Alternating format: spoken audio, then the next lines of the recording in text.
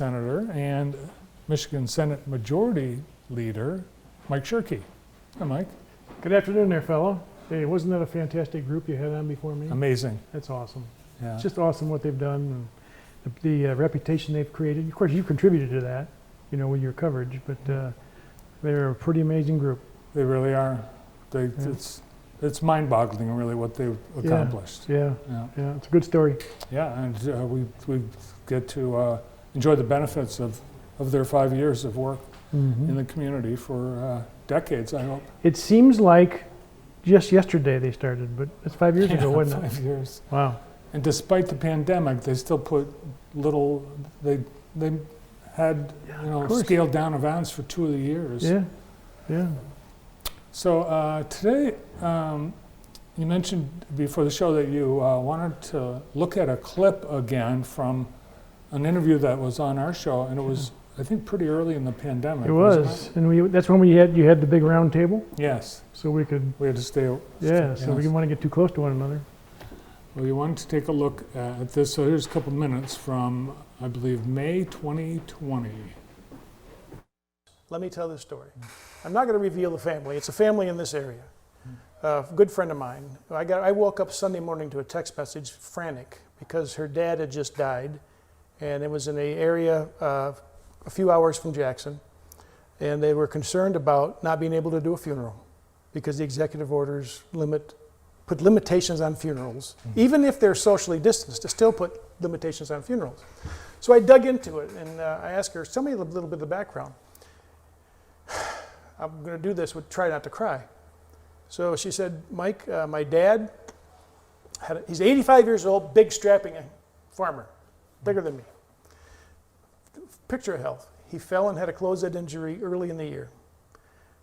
They took him home for rehab, and after a few weeks, his wife of 65 years said, I can't give him the help he needs. Let's move him to assisted living so he can get the rehab. He was making progress. He was going up and down the aisles in a wheelchair, and the nurses were, loving him because he's just an amenable guy. 3 or 4 days after he went in the assisted living facility, the stay home, stay safe order came in place. So now he's in this facility, and he can't see his wife of 65 years. And so every day, for the next 34 days, he just said, when can I see my wife? When can I see my wife? And after about a week, he began to deteriorate. He lost 45 pounds in 31 days. And then my friend got a call last Friday night, we could go tonight, and said, you better come visit him because he's not doing well. So she broke the law by going there, broke the law, executive order laws, by going into the facility to see her dad, she was been told was going to die. She got to the room in time enough to hold his hand. He opened his eyes, and he was obviously suffering. And she said, Dad, it's okay. You can go to heaven. And he died. Okay? He didn't die of a closed-head injury. He didn't die of the flu. He didn't die of COVID. He died of a broken heart. And that's happening all across the state because one person is making the decisions on what you and I can do and not letting us have any latitude to make any judgment. His daughter broke the law twice to go see him just before he died. And he died because he couldn't see his wife. He was making progress. Now, I want you to put that in perspective. That is not a unique situation. That's happening across the state. And by the way, you might ask the question, well, what's the prevalence of the disease in that area? None. We've been begging for weeks to allow us to do a regional approach so we can risk assess and then slowly let people back to some semblance of life. This isn't about business. It's about lives.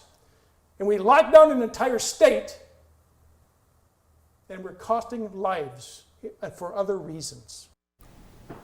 Oh, I do remember that. In fact, you did call me later in the day and said I wasn't yelling at you. You were pretty emotional that time. I was emotional then, and I could get emotional now. Hundreds of people died unnecessarily because of these stupid orders. And there's still been no acknowledgement that there was a mistake, and we can't forget. And that's all I want to say. All right. Well, obviously, we're still in the pandemic, although we're still under emergencies. MDHHS still has emergency orders in place. I know. All right, so, and 4 people in the last week in Jackson County died from... Of something. well, They may have had according- COVID, but you don't know what they died of. Well, according to the health department, Right. they're in the COVID stats. Mhm. All right, so the legislature back in session, and we've got just a few weeks before the election. Is the, 6 weeks, and 5 6 days. weeks. Who's Well, counting, you know? it's such a short period of time, really, but is it time to accomplish anything? Does the legislature really want to get into anything to have with the potential of affecting the election? It's not that we don't want to, but it's a well-known, accepted notion that this is campaign time, and everybody except those that are term limited, for the most part. I think there's only 2 that aren't term limited that aren't running for re-election. So this is routine. There's nothing unique about this, and it's also important to point out that actually having session and voting on the floor, I call that 15% of our job. Committees are still meeting, bills are still being processed, and of course community meetings are being held too. So yeah, I think it's a little unfair to characterize it anything other than this happens every 2 years. So Except one difference, we do have some very contentious ballot issues, and one we've talked about, and that's the Proposal 3. yes, proposal 3, and it's possible that there are some Republicans who are stepping away from policy matters because of the controversies that surround Proposal 3. What do you mean? Well, they might have their chances hurt on Election Day. Because of Proposal 3, you mean? Right. Oh, By aligning with or against it. I don't see. With the case of Republicans aligning against it. Yeah, I'm still not quite sure I'm following you yet. It is a very nuanced issue. The Proposal 3 itself is a very broad, very overreaching, very, very dangerous constitutional amendment that you and I have talked about before. And I'm shameless. I'm shameless about my pro-life stance. Okay, but I recognize I have friends, close friends, even family members that are, modestly pro-choice. Mm-hmm. Okay, but when I explain to them what the entirety of what this ballot proposal, not initiative, will do and put in our Constitution to a person, they say, "Oh, wait a minute, that's way too far for me. That's way too far for me." And my wife has joined a group of people, and she's going door to door virtually every night, and she's having that exact same here in the Jackson area. Mm-hmm. She's having that experience night after night after night. Now, some people won't talk, won't engage, because it's a hard topic to talk about. I mean, you have to have to admit that. But when people are fully informed at what the implications are, I may have had 3 people so far say, "Well, I'm still going to vote for it." So it's been several months since the Supreme Court overturned Roe v. Wade. Mm-hmm. The state legislature really has done nothing. Well, that's not true either. We've tested a lot of things. But the reality is, Bart, if this passes, it wouldn't matter what laws we pass because it would supersede them all. So to me, the logical thing, defeat this so that the citizens of Michigan, through their representatives, can have a chance to, modernize, if you want to say that, the 1931 law. By the way, it's also inaccurate to say that abortions are illegal in Michigan, especially today, because the judge has put a stay on that law. So really, in Michigan today, sans Proposal 3, the status is exactly what it was under Roe. Exactly. Right. So For now. yeah, until the courts decide to do something different. The fact that it got put on the ballot, passed muster, despite having, according to opponents, so many errors in how it's written. Yeah, that was it was true that there were errors. It was true that words were connected. In other words, spaces were missing. Okay, and you and I, if it was a newspaper, we can easily say, no, that doesn't mean anything. But when you put something into the Constitution and you make mistakes like that, then it leaves it open-ended for what did the legislature or what did the ballot proposal actually mean by that word, which isn't a word, for instance.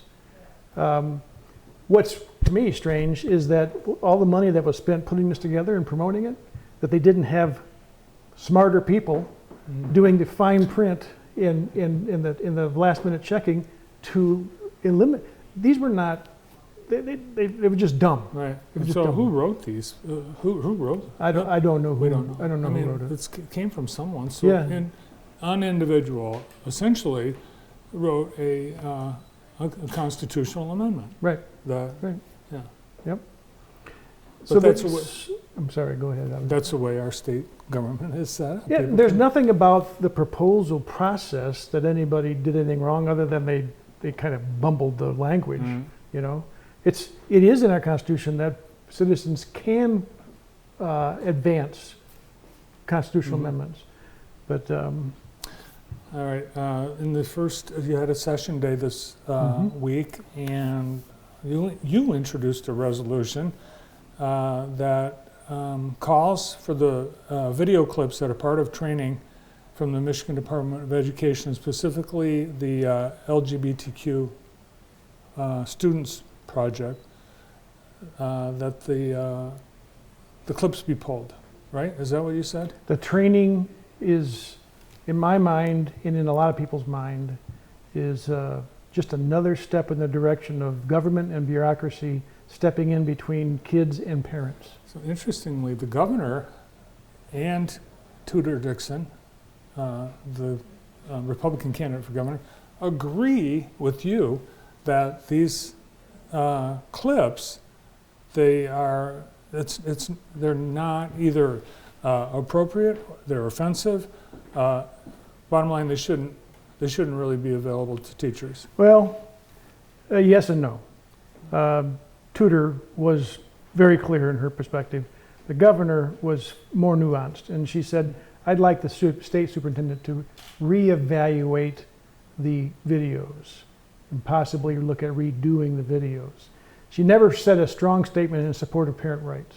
Okay, and all the folks that spoke out against the resolution never mentioned parents. All they wanted to talk about was LGBTQ. I have nothing to. That has nothing to do with it. I don't care if the topics of the tapes were on school sports or personal finance. You don't interview and talk to students and be trained to make sure, if they say something, that maybe we shouldn't tell their parents. If they've got a problem, I'm not saying parents can solve all the problems, but parents need to be a part of that process. And one of the points in the video that had been put online and then I think drew a lot of comments, teachers were being trained to not tell parents if a student was suicidal because of that they had outed themselves to that teacher. The teacher advised not to relay that information to the parent. That was one of the... That's exactly the point. Yeah. That's exactly the point, So I don't understand how any parent could look at that and say, wait a minute. So you're going to know something that important, that serious about my child and hold it back from me? I don't get that at all. So we've had calls for the state education superintendent to resign. We've had a number of controversies with MDE this year. So where does the local school board, when is the local school board going to be having the power of these decisions? And I guess what I'm asking is MDE getting too involved in... So there needs to be a complete renovation of the MDE. And the first step I would make if I was governor or if I was if I was the czar of Michigan, is I would make the state superintendent an appointed position, not an elected position. You and I, We for elect. yes, We do? and all of the, we elect a board, and we don't know those people, No. You make a governor, I don't care what party the governor's from, they appoint, and now you got somebody holding somebody accountable. That's the very first step. But this trend has been in place for a while. It was 2 years ago, or a little over a year ago, parents were called domestic terrorists because they were going to school board meetings asking questions about books and libraries and things like that. I mean, holy mackerel, we want parents to be involved in that level. And then more recently, the Michigan Democratic Party, and I'm sorry, it's a little political, but it's the truth, they were lamenting and complaining about parents in school board meetings and so forth, and then said, well, if you don't like it here, send your kid to a private school. Wait a minute. No, let's change if there's something wrong here. Don't tell me I got to go someplace else. So to me, it's a trend. And by the way, I want to make a very, very important point. This is not an indictment of teachers. Teachers in today's world, with what kids are exposed to, are on the front line of some serious stuff. And then we want to train them so that they have to pretend like they don't know something and can't interact with the parents. It makes no sense whatsoever. So there are people coming to school board meetings that are coming to meetings that aren't even in their district in which they live. There's groups of people that are amassed to specifically. And I think that's questionable. Yeah. I don't think that's appropriate. The good news here is that I checked when I heard about these. I heard about these videos, by the way, long before it became a public. Mm-hmm. So I called. We have some fantastic superintendents in Jackson County, and I called 3 or 4 of them. I said, "You know anything about these?" And, don't. Gonna use them? Nope. Mm-hmm. And so it's. But see, that's the point though, is that if you see something and it doesn't feel right, and if you don't challenge it, I'm not saying you suppress it, but you don't challenge it, then it just grows. A bigger issue, in addition to the LGBTQ, is and tied in a way, because some books in libraries are LGBTQ specific. Who should be in charge of what's in the library? The superintendent, the local school board, the State Department of Education, parents, or a combination thereof. I think, to me, in today's world, I think the school board should ultimately be responsible, but they have an obligation to take input from parents. And if I was on the school board, I might even consider having a parent, not a school board member, but a parent committee to go ahead and do a review. I mean, but But I just want to make a point that this is not an indictment of teachers. They're unnecessarily being put in a tough spot on this. There's some mess going on in East Lansing at Michigan State University. Sorry, Brandon, but the President Stanley has been getting some grief because there's been some potential hiding or cover-up of some administration hijinks. Plus, now we see that the Board of Trustees has said they were going to have a resolution to consider that would require vendors of Michigan State University adopt the university's, the board's political agenda. Essentially, they wanted the vendors, they were saying to the vendors, we want you to contact your legislature and say this, this, and that, right, in order for you to keep selling to the MSU.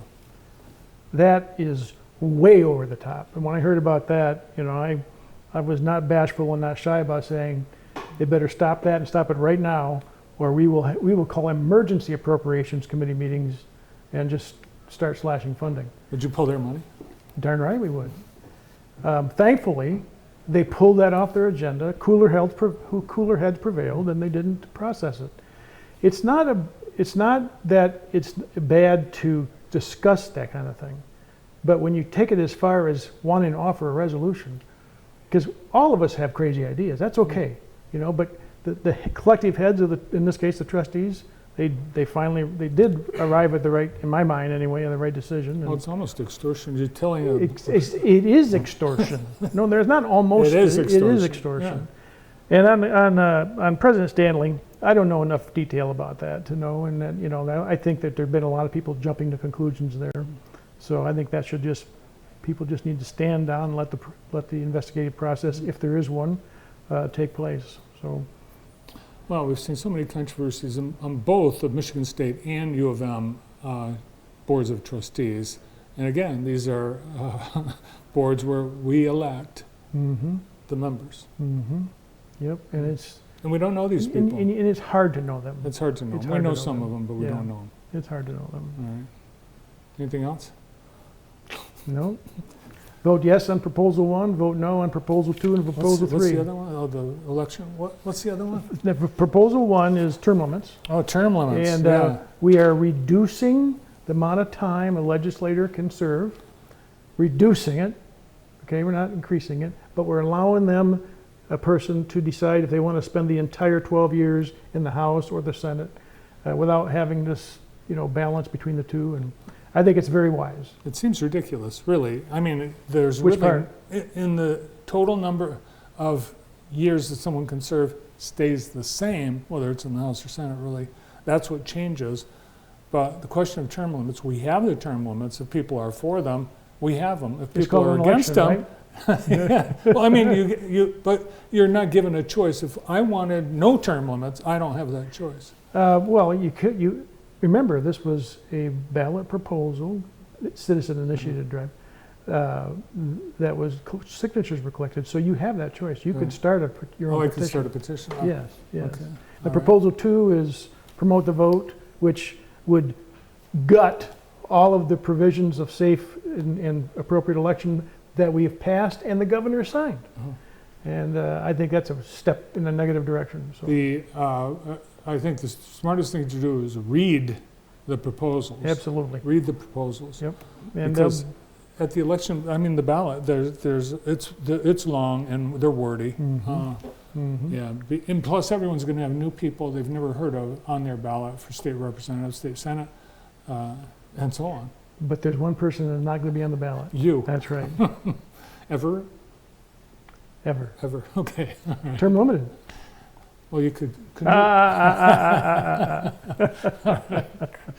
All right. Thanks for coming in. You Mike. bet, buddy. Thank you. State Senator and Senate Majority Leader Mike Shirkey. State